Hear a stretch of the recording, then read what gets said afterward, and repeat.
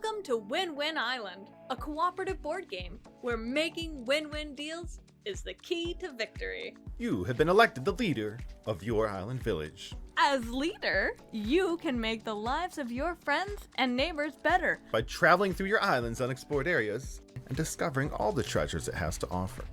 You will uncover hidden territories. You'll collect properties, and you'll meet the leaders of other villages. Try to make friends with the other leaders so they will trade with you. Because sometimes you will have an extra property or resource that is way more valuable to another leader than it is to you, and vice versa. Finding those trades will help everyone win. Through exploring, building, trading, and cooperation, you can bring a lot of happiness to your villagers. And maybe even win a second term as leader of your village. In this game, there is no guarantee of any winners. But there is also the possibility that more than one player, or even all the players, could win. So go ahead, feel free to cheer for your friends instead of against them. This quick video instructions guide is going to show you the basics on how to play. Go ahead and grab your box, open it, and we'll go through the pieces. First, you'll grab the dock piece. It looks like this. Each player takes one dock and places it in front of them. I'll show you a quick view of what the two-player setup will look like, and what the three-player setup will look like.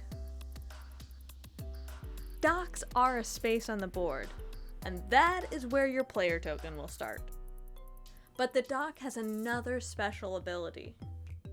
The way it works is, when you land on your dock, you'll count the number of villagers around the campfire on that dock.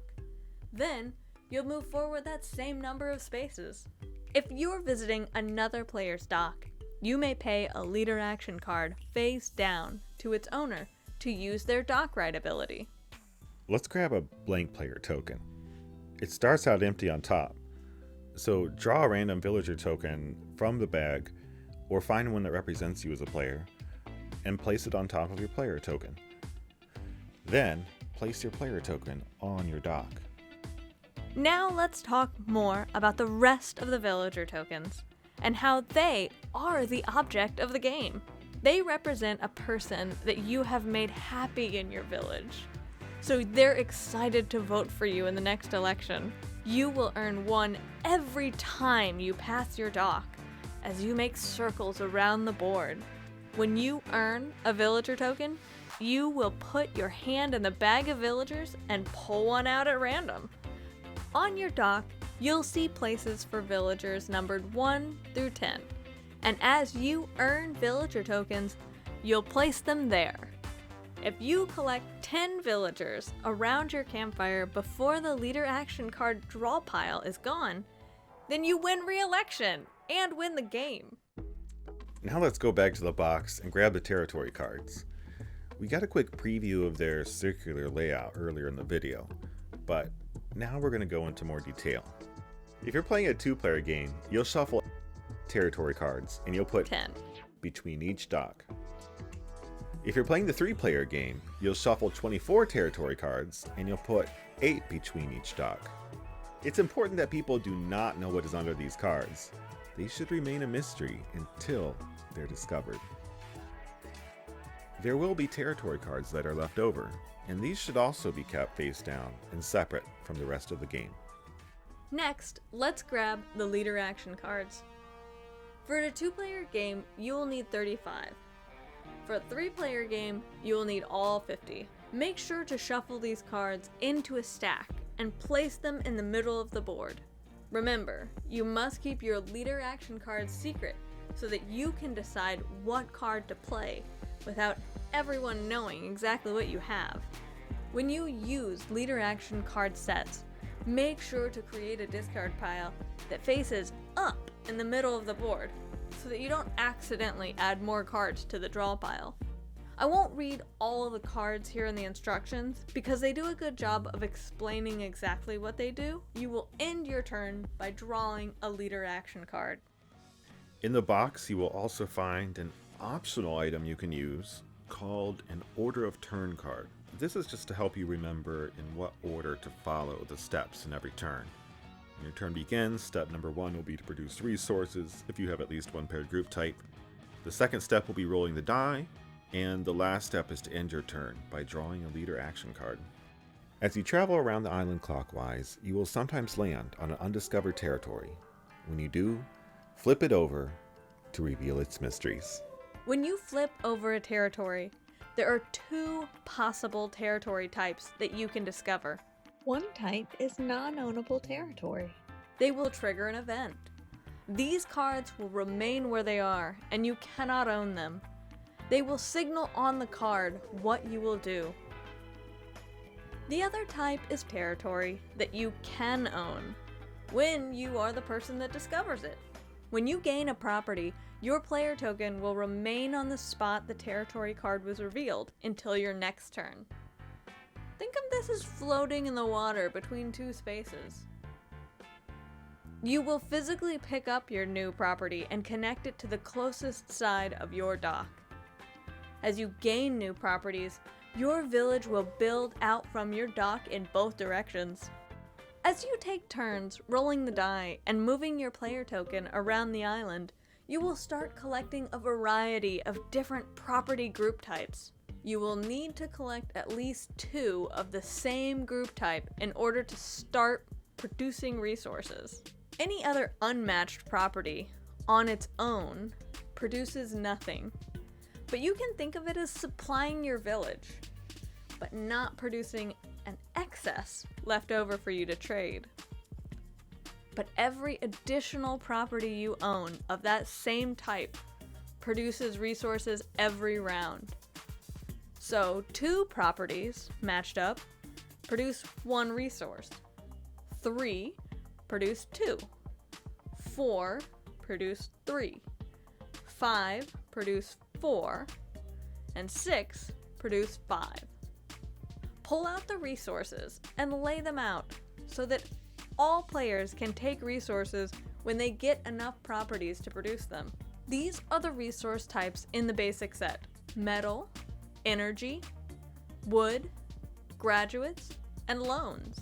Mines produce metal, power plants produce energy, forests produce wood, schools produce graduates, and banks produce loans.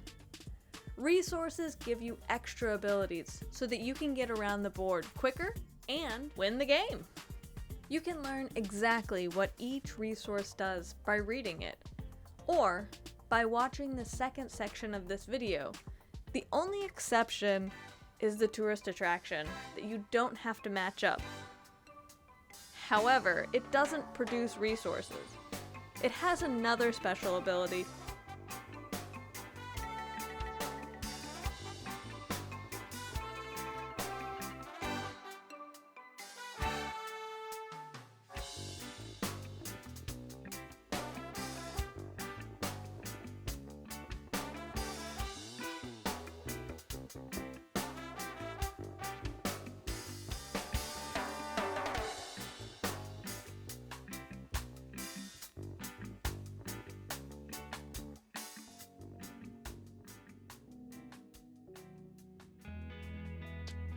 At this time, I will describe how trading works in this game.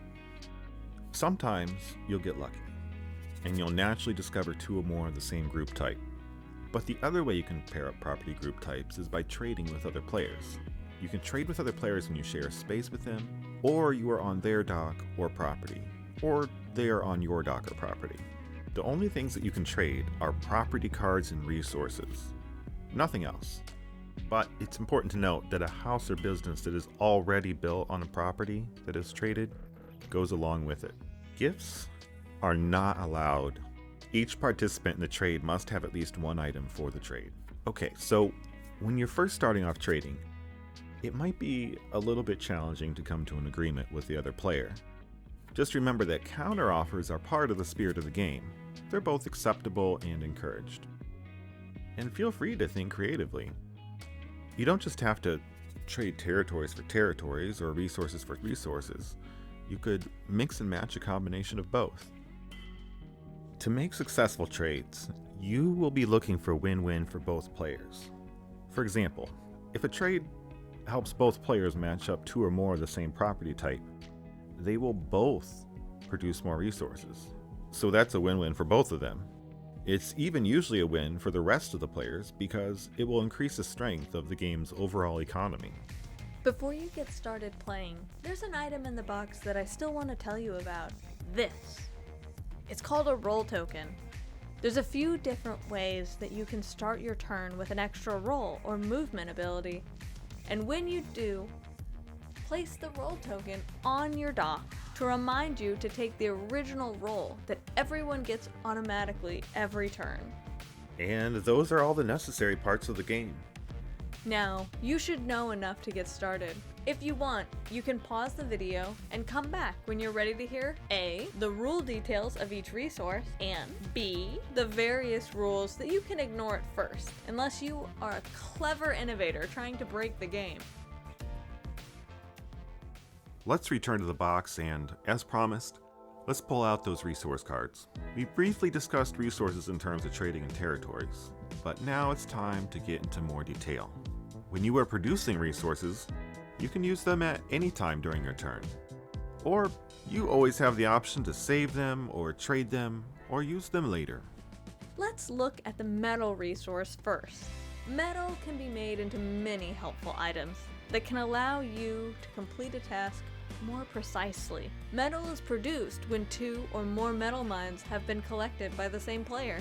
Players can use one metal to move forward one space, to help them get somewhere specific that they want to be.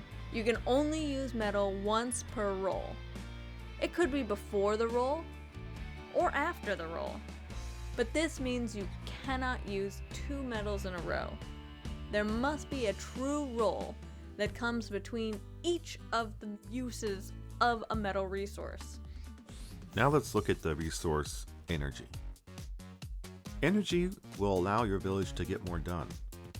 From providing fast transportation to allowing evening working hours, energy helps get things done quicker. Players can use 1 energy to double their roll. You can only use 1 energy per roll, and you must place your energy resource in the resource using area before you roll that die. One more note about the energy resource.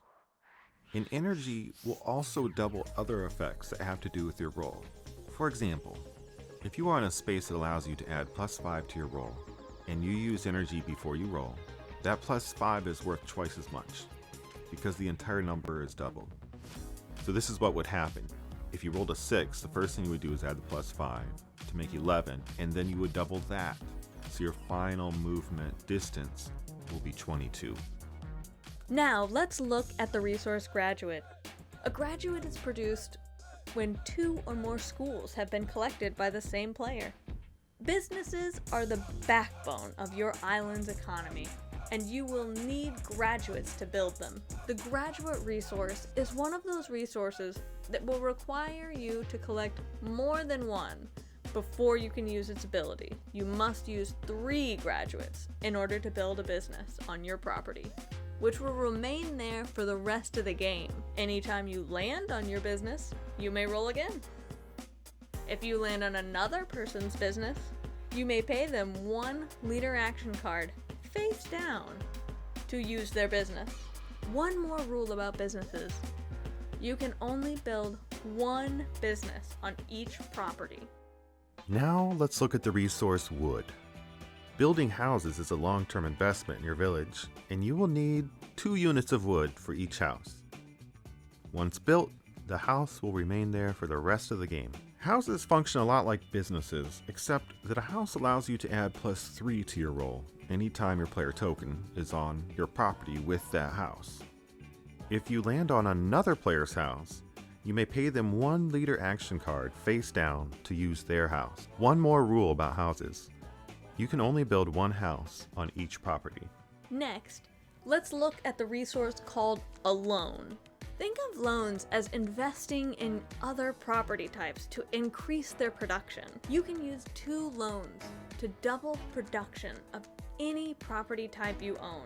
For example, if you own 4 mines, you can use 2 loans to produce an extra 3 metal this turn.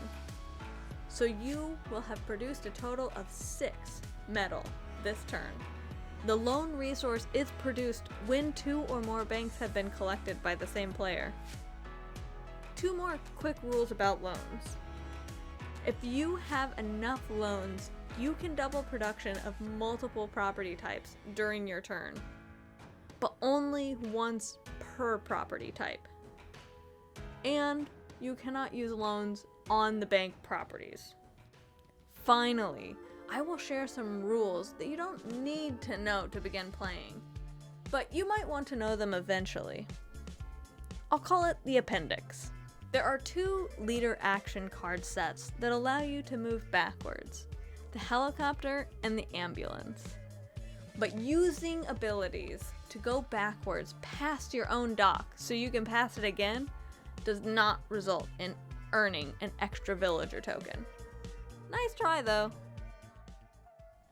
Also, when you start on your dock at the beginning of the game, that does not count as passing it and does not earn you a villager token. If a business or house is built on the space where your player token is already located, you may then use that building, even though it was not there when you arrived. You do not need to use loans at the beginning of your turn. Anytime during your turn, you can use loans to cause all of your properties of a certain type to produce one more time. If all businesses have been built, you may use 5 graduates to buy an extra die roll directly. In the unlikely event that all houses have been built, you may use 5 wood to buy any one resource of your choice from the game. If it makes it easier for you to quickly see how many of each property type you have by grouping them together, feel free to switch your properties around with each other. Doing this will not affect the game, as long as you keep all houses, businesses, and tourist attractions where they are, the same distance from the dock that they started. Players who have already won may choose to skip their entire turn. If they do, they will not produce, move, or do anything else. But this also means they will not draw a card to end their turn, which gives the other players more turns to try to win. But this choice may or may not increase the other player's chances of winning, depending on the circumstances. If all players reach 10 points, all players have won, and that ends the game, even if there's still cards left in the draw pile. The farthest a player could possibly move as a result of one roll is 22 spaces. If you are about to move farther than that, you must have made a mistake somewhere. You can get to 22 by using an energy to double your next roll, and then rolling a 6 while on a territory that gives a +5 to roll, so that would be 6 plus 5 equals 11, double that is 22. No high frequency trading to produce extra resources. Technically, property cannot produce twice on the same round to avoid rule exploits. So, if someone trades you a property that is already produced for them this round, you should wait until your next turn for it to produce. Or, you can ignore this rule as long as nobody is trying to do extra property trading back and forth to produce extra resources or anything along those lines. Finally, we present you with 2 optional house rules. Number 1, the players may agree to a house rule that all trades must be 1 for 1. This may be the only way for some groups to play successfully without the game always ending in a standoff where one or more players are threatening to sink the entire game unless they're given unfair trades or something along those lines. Another optional rule is that when you earn a villager token, you can use your imagination to make up a small story of what made that villager happy that day and tell the other players. Well, my villager's family's happy because they got to move out of a cramped shack to a nice wooden house. My villager is happy because they overheard their neighbor saying how much they loved their new house and they were the carpenter who built that house.